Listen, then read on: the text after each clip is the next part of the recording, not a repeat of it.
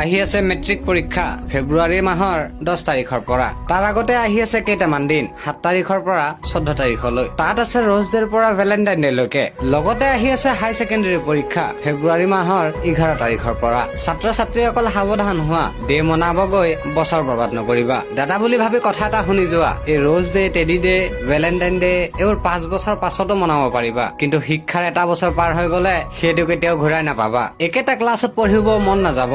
যিসকলক তুমি জুনিয়ৰ কৈছিলা তেওঁলোকে আহি তোমাৰ লগত বহিব। যিসকল ল'ৰা ছোৱালীয়ে মেট্ৰিক পৰীক্ষা দিব তেওঁলোকক মই 3টা কথা কম, ফলো কৰিবা। নাম্বাৰ 1, তোমাৰ কনফিডেন্স, তোমাৰ আত্মবিশ্বাস। তুমি নিজৰ ওপৰত বিশ্বাস কৰিব লাগিব যে তুমি পাছ কৰিবা। তুমি নিজৰ ওপৰত বিশ্বাস কৰিব লাগিব তুমি পাৰিবা। নাম্বাৰ 2, যিমানে লিখা, যিখিনি লিখা শুদ্ধ আৰু চাফাকে লিখিবা, যাতে কটাকটি নহয়। কটাকটি হলে নাম্বাৰ কাটি দিব, আখৰ বেয়া হলেও নাম্বাৰ কাটি দিব। নাম্বাৰ 3, অলপ ডাঙৰকৈ লিখিবা। ডাঙৰকৈ লিখিলে কি হব, তোমাৰ 3 লাইনৰ এনচাৰটো 5 লাইন হব। তেতিয়া পেজটো সোনকালে ভৰিব, আৰু শিক্ষকে ভৰা পেজ ভাল পায়, খালী পেজ নহয়। আৰু এটা কথা, 5 ডিচেম্বৰ মোৰ জন্মদিনৰ উপহাৰ হিচাপে 250K কৰাই দিবা বুলি আশা কৰিলো। ধন্যবাদ।